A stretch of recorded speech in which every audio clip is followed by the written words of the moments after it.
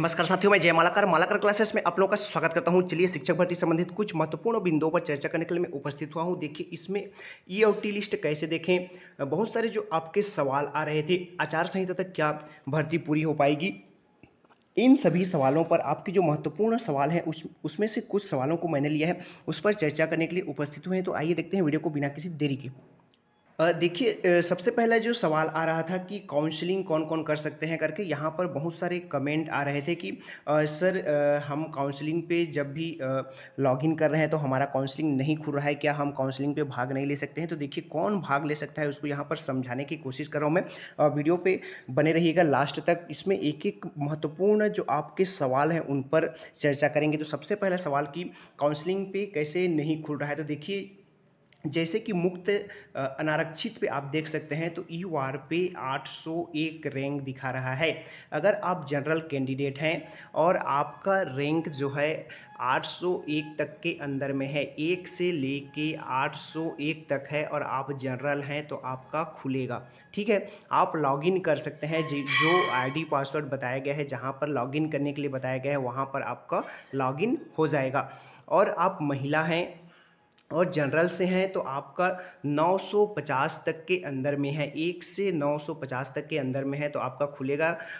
951 है और आप जनरल हैं तो आपका नहीं खुल पाएगा। यहाँ ये हो गया अनारक्षित का। अगर आप जो है एससी है, अनुसूचित जाति एससी के अंतर्गत आते हैं, आप एससी कैटेगरी से आते हैं तो आपका कहाँ तक खुलेगा, 1 से लेके 4192 तक हैं।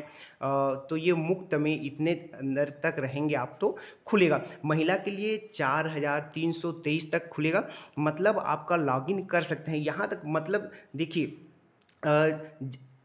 1 से लेके जितने भी होंगे तो कुछ 800 तक तो अनारक्षित में आ जाएंगे, लेकिन उसके बाद जैसे 950 के बाद जो बच्चे होंगे वो इसमें आएंगे, अनुसूचित जाति में अपने कैटेगरी में आएंगे। उसी तरह से जो 4324 जो होंगे वो महिला कैटेगरी के होंगे तो महिला कैटेगरी पे आएंगे, वहां तक खुलेगा। इसी तरह से आप देख सकते हैं एसटी वर्ग में देखेंगे तो जिनका रैंक जो है 35911 तक है, 1 से लेके 35911 तक है, उनका खुलेगा।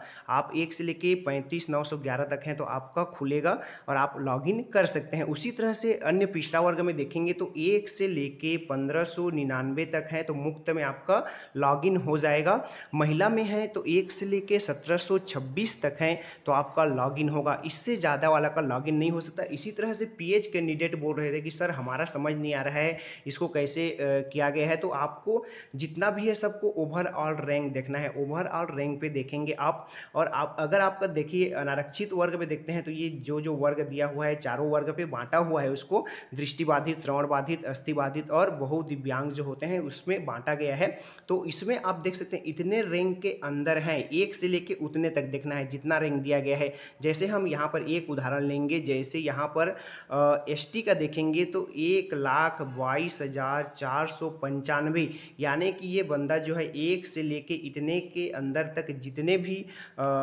दिव्यांग कैटेगरी में होंगे आपके वीसी में, मतलब दृष्टिबाधित में, तो उनका जो है खुलेगा, बाकी का नहीं खुलेगा। तो ये बहुत सारे कमेंट आ रहे हैं कि सर मेरा नहीं खुल पा रहा था करके। तो जिनका नहीं खुल रहा है ऐसे प्रॉब्लम हो सकता है। और एक इसी में एक महत्वपूर्ण कमेंट आ रहा था कि सर मेरा जो है कि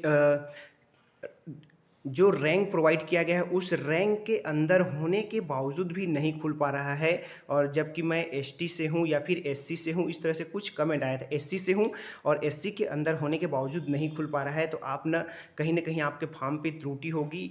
आपको क्या करना होगा, तो आपको डीपीआई से कांटेक्ट करना होगा अगर नहीं खुल रहा है, या तो सर्वर प्रॉब्लम भी, कई बार सर्वर प्रॉब्लम होता है, तो आप अच्छे स्ट्रांग नेटवर्क जोन पे जाकर भी खोलें तो खुल सकता है। या फिर आपको डीपीआई से नहीं खुलेगा, 1-2 दिन देख लीजिए, नहीं खुले तो आपको डीपीआई से कांटेक्ट करना पड़ेगा, या फिर आपके फॉर्म भरते टाइम कुछ त्रुटि हो सकता है। ठीक है, अगला हम कमेंट लेंगे कि पात्र अपात्र क्यों जारी नहीं किया जा रहा है व्याख्याता पे। तो देखिए, जो पात्र हैं अपात्र हैं उनको जो है अपने आईडी पर मिल जा रहा है कि आप पात्र हो, आप अपात्र हो करके उनको प्रोवाइड कर दिया जा रहा है। रही बात लिस्ट की, तो लिस्ट अभी तक जारी नहीं हुआ है, जैसे ही जारी होगी हम बताएंगे क्यों नहीं किया जा रहा है, तो उस पर अभी जवाब दे पाना हमारे लिए पॉसिबल नहीं है। ठीक है। अब जो महत्वपूर्ण अगला सवाल है वो आ रहा था कि लॉगिन करने पर, जैसे आप काउंसलिंग के लिए लॉगिन कर रहे हैं, आईडी पासवर्ड डाल रहे हैं, तो जैसे हमने बताया था ई और टी, हमने दिखाया है कि जसपुर का ई और टी दिख रहा है कि, तो कई बंदे बोल रहे हैं कि हमको जसपुर में केवल ई दिखा रहा है, हमको तो टी दिखा ही नहीं रहा है। और कोई बोल रहे हैं कि हमको तो ई और टी दोनों नहीं दिखा रहा है। कोई बोल रहा है कि मेरे में केवल लिस्ट दिखा रहा है। कोई बोल रहा है कि मेरे को क्या केवल कैटेगरीज वाला ही स्कूल का लिस्ट दिखा रहा है, या फिर बहुत सारे, इसमें एक और सवाल था कि क्या इसमें सभी स्कूलों का नाम दिखाया जा रहा है या फिर जो खाली स्कूल है। तो देखिए इस पे जहाँ पर सीट खाली है उन्हीं स्कूलों का नाम दिखाया जा रहा है। और रही बात अलग अलग दिखाने की, तो सबको अलग अलग नहीं दिखाना चाहिए, सबको एक लिस्ट दिखाना चाहिए। इस पर जो मेन है कि सभी के लिए वही लिस्ट होगा।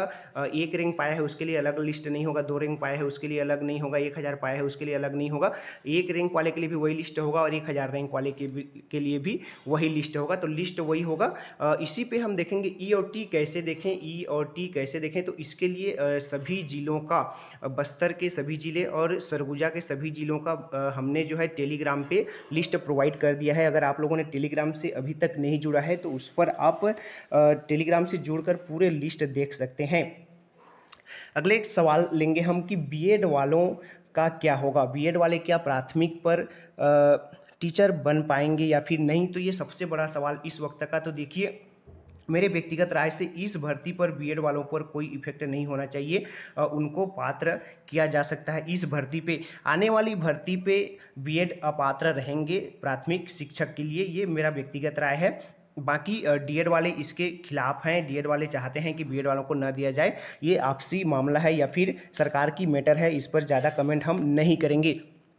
आगे जो महत्वपूर्ण क्वेश्चन था वो था कि लेटर जो है, नियुक्ति पत्र जो है पोस्ट पे आएगा या फिर जैसे व्याख्याता साथियों को दिया गया वैसे ही आएगा। तो देखिए इसके लिए आपको जब वेरिफिकेशन डीबी के लिए जाएंगे, डेटा वेरिफिकेशन के लिए जाएंगे, तो आपको जो है आपका व्हाट्सअप नंबर मांगा जाएगा, उस व्हाट्सअप नंबर पे प्रोवाइड किया जाता है। इसको आप विशेष ध्यान रखें, आप अपना व्हाट्सअप नंबर अच्छे वाला देंगे जिस पर आपका मैसेज आते हैं, और डेली आप व्हाट्सअप से अपडेट रहना पड़ेगा।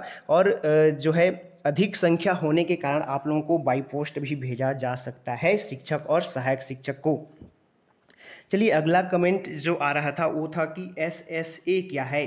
ठीक है, जैसे ही आप काउंसलिंग के लिए लॉगिन कर रहे हैं तो वहाँ पर एजुकेशन का तो एडू लिखा रहा है, ठीक है, और ट्रैवल का TW ऐसा कुछ डी लिखा रहा है, लेकिन वहाँ पर एक SSA स्कूल भी देखा जा रहा है। तो ये SSA क्या है, किसके अंतर्गत आता है, ऐसा बोला जा रहा था। तो ये SSA जो है सर्व शिक्षा अभियान के अंतर्गत है, और ये स्कूल जो है अगर ट्रैवल इलाका है, आपका ट्रैवल क्षेत्र पे है तो ट्रैवल पे आता है, एजुकेशन जोन पे है तो एजुकेशन पे आता है। ये दोनों ही रहता है, SSA स्कूल ट्रैवल भी रहता है और एजुकेशन भी रहता है, अभी तक जो हमको जानकारी मिली है।